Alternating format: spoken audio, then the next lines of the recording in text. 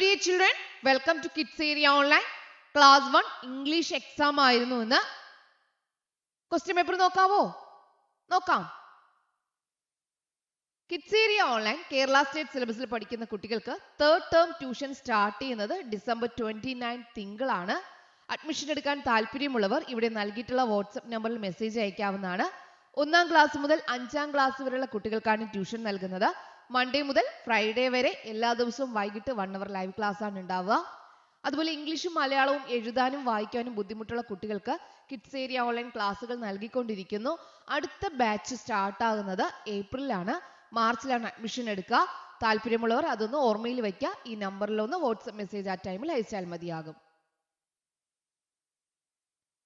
First activity, listen and do. Listen to the teacher and do what the teacher says. Teacher എന്ത് പറയുന്നോ അതുപോലെ ചെയ്യുക എന്നുള്ളതായിരുന്നു ഒന്നാമത്തെ activity.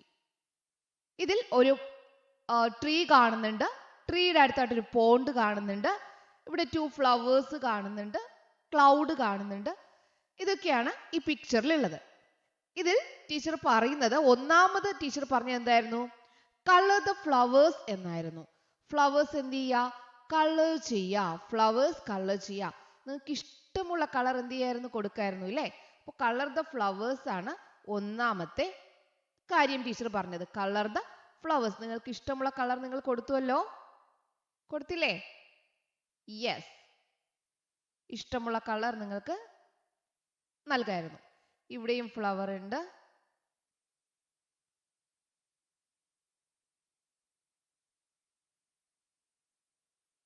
എല്ലാവരും ഈ ക്വസ്റ്റ്യൻ നല്ലതുപോലെ ചെയ്തിട്ടുണ്ടാവും എന്നറിയാം.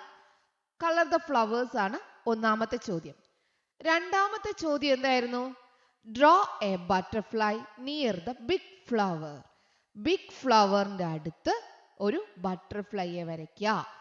ബിഗ് ഫ്ലവറിന്റെ അടുത്താണ് എന്ത് ചെയ്യേണ്ടത്? ഒരു ബട്ടർഫ്ലൈയെ വരയ്ക്കുക എന്നുള്ളതായിരുന്നു. ഒരു ബട്ടർഫ്ലൈയെ വരയ്ക്കുക എന്നുള്ളതായിരുന്നു. ഓക്കെ, ഇതുപോലെ ബിഗ് ഫ്ലവറിന്റെ അടുത്താണ് കേട്ടോ. ബിഗ് ഫ്ലവറിന്റെ അടുത്ത് ഒരു ബട്ടർഫ്ലൈ, അത് പൂവിൽ നിന്ന് തേൻ കുടിക്കുന്ന രീതിയിലോ എങ്ങനെയായാലും ബിഗ് ഫ്ലവറിന്റെ അടുത്ത് ഒരു ബട്ടർഫ്ലൈയെ വരയ്ക്കണം എന്നുള്ളതായിരുന്നു രണ്ടാമത് പറഞ്ഞിരുന്നത്. മൂന്നാമത് പറഞ്ഞത് ഇതിൽ 5 ഫിഷസിന് കളർ കൊടുക്കുക. 5 മീനുകൾക്ക് നിറം കൊടുക്കുക എന്നുള്ളതാണ്. ഇതിൽ 5 മീനുകൾക്ക് നിറം കൊടുക്കാനായിരുന്നു അടുത്ത് പറഞ്ഞിട്ടുണ്ടായിരുന്നത്. 1 ഒന്നാമത്തെ ഫിഷായി.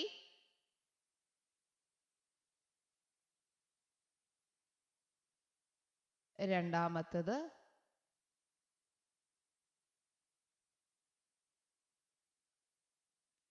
മൂന്നാമത്തത് നാലാമത്തത്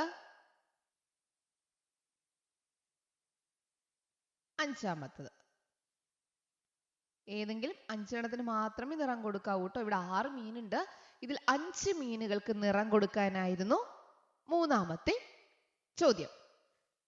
നാലാമത്തേത് ഡ്രോ എ കാറ്റ് അണ്ടർ ദ ട്രീ. ഈ ട്രീയുടെ അടിയിൽ ഒരു കാറ്റിനെ വരയ്ക്കാം. ട്രീയുടെ അടിയിൽ ഒരു കാറ്റിനെ, ഇവിടെയാണ് അടി എന്ന് പറയുമ്പോൾ അറിയാലോ, അണ്ടർ, അടിയിൽ. ഇവിടെയാണ് കാറ്റിനെ വരയ്ക്കാനുള്ളത്. അടിയിൽ എന്ത് ചെയ്യണം? ഒരു കാറ്റ്. അത് എവിടെയാണെങ്കിലും ഇതിന്റെ അടിയിൽ എന്ത് ചെയ്യുക? മരത്തിന്റെ അടിയിൽ ഒരു കാറ്റ് വരയ്ക്കുക എന്നുള്ളതായിരുന്നു നാലാമത്തത്. അഞ്ചാമത്തത് draw the sun in the sky. സ്കൈയിൽ ഒരു സൂര്യനെ വരയ്ക്കുക എന്നുള്ളതായിരുന്നു. സ്കൈയിൽ സൂര്യനെ വരയ്ക്കുക എന്നുള്ളതായിരുന്നു അഞ്ചാമത്തെ ക്വസ്റ്റ്യൻ. ഈ 5 ക്വസ്റ്റ്യൻസ് ആണ് ഉണ്ടായിരുന്നത്. ഒന്നാമത്തെ ക്വസ്റ്റ്യൻ എന്ന് പറയുന്നത്, ഒന്നാമത്തെ ക്വസ്റ്റ്യൻ ഫ്ലവേഴ്സിന് കളർ കൊടുക്കുക. രണ്ടാമത്തെ ക്വസ്റ്റ്യൻ ബിഗ് ഫ്ലവറിന്റെ അടുത്ത് ഒരു ബട്ടർഫ്ലൈയെ വരയ്ക്കുക. മൂന്നാമത്തേത് 5 മീനുകൾക്ക് നിറം കൊടുക്കുക. നാലാമത്തേത് മരത്തിന്റെ അടിയിൽ, അണ്ടർ, അടിയിൽ ഒരു കാറ്റിനെ വരയ്ക്കുക. അടുത്ത അഞ്ചാമത് സ്കൈയിൽ ഒരു സൂര്യനെ, സൺ വരയ്ക്കുക. ഇതായിരുന്നു ഒന്നാമത്തെ ആക്ടിവിറ്റി. രണ്ടാമത്തെ ആക്ടിവിറ്റി എന്തായിരുന്നു നോക്കാം. Read and mark. Look at the pictures and read the sentence. അറിയാലോ, ഇവിടെ ഒരു പിക്ചർ നൽകിയിട്ടുണ്ട്, 2 സെന്റൻസ് നൽകിയിട്ടുണ്ട്. കറക്റ്റ് പിക്ചറിന് നേരെ എന്ത് ചെയ്യണം? ടിക്ക് മാർക്ക് കൊടുക്കണം എന്നായിരുന്നു ചോദ്യം. 3 parrots are sitting in the tree. 2 parrots are sitting in the tree. ട്രീയിൽ എത്ര പാരറ്റ് ആയുള്ളത്? 1, 2, 3. അപ്പോൾ ഏതാ ശരി? ഇതാണ് ശരി. 3 parrots are sitting in the tree. രണ്ടാമത്തെ question. The cat is under the table. The cat is on the table. ഏതാണ്? under, on. ഇന്നലെ ടീച്ചർ പറഞ്ഞു. on. cat എവിടെയാ? ചെയറിന് പുറത്തായിരിക്കുന്നത്, ടേബിളിന് പുറത്തായിരിക്കുന്നത്. അപ്പോൾ the cat is on the table. മൂന്നാമത്തത്. The puppy is happy. The puppy is sad. Puppy കരയല്ലേ, അപ്പോൾ എന്താ? puppy is sad. The frog says croak croak. The frog says meow meow. ഏതാ ശരി? The frog says croak croak. Ami has a kite. Ami has a flower. Which one is correct? Ami has a kite. അമ്മിക്ക് ഒരു KITE ഉണ്ട്. ഇതായിരുന്നു രണ്ടാമത്തെ activity. മൂന്നാമത്തെ activity എന്താണെന്ന് നോക്കാം. Conversation ആയിരുന്നു.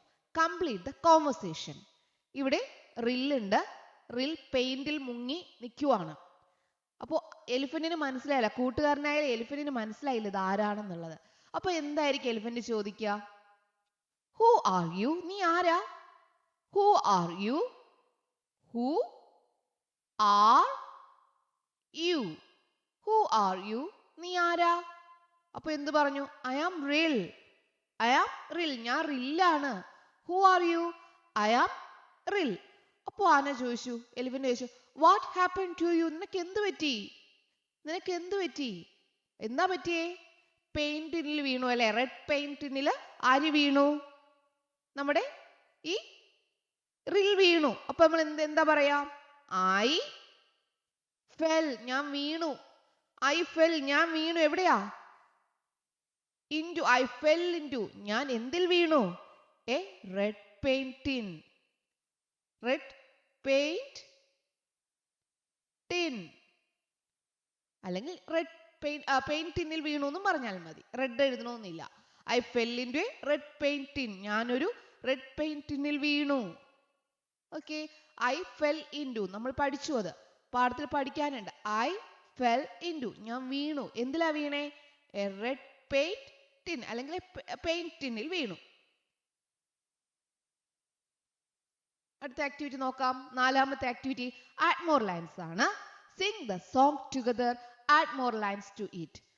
ഇവിടെ ഒരു പാട്ടുണ്ട്. Amy is my little friend. She likes to fly kites. ഇമ is my little friend. She likes to climb trees. Ritu എന്താ ചെയ്യുന്നേ?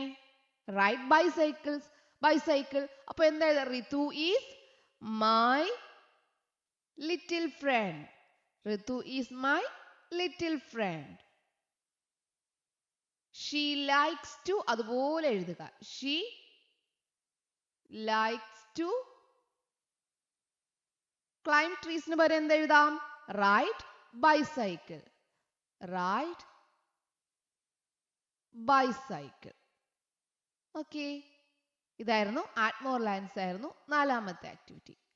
അഞ്ചാമത്തെ ആക്ടിവിറ്റി നോക്കാം. Who is who? Look at the picture. Who are there in the picture? List them suitably. ഇവിടെ അനിമൽസും ബേർഡ്സും തിരിച്ചെഴുതുക. ഇവിടെ animals എന്തൊക്കെയുള്ളത്?